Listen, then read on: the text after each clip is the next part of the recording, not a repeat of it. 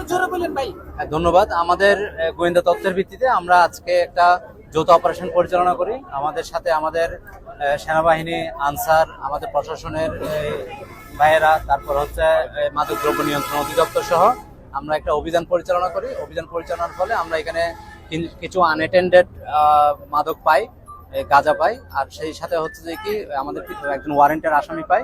তো আমরা তাদেরকে নিয়ে যাচ্ছি, এটা যাচাই বাছাই করতেছি। আর একজন হচ্ছে কি যে এই এলাকায় যারা এসে মাঝে মধ্যে খাওয়া দাওয়া করে, এরকমও একজন দুজনকে পেয়েছি।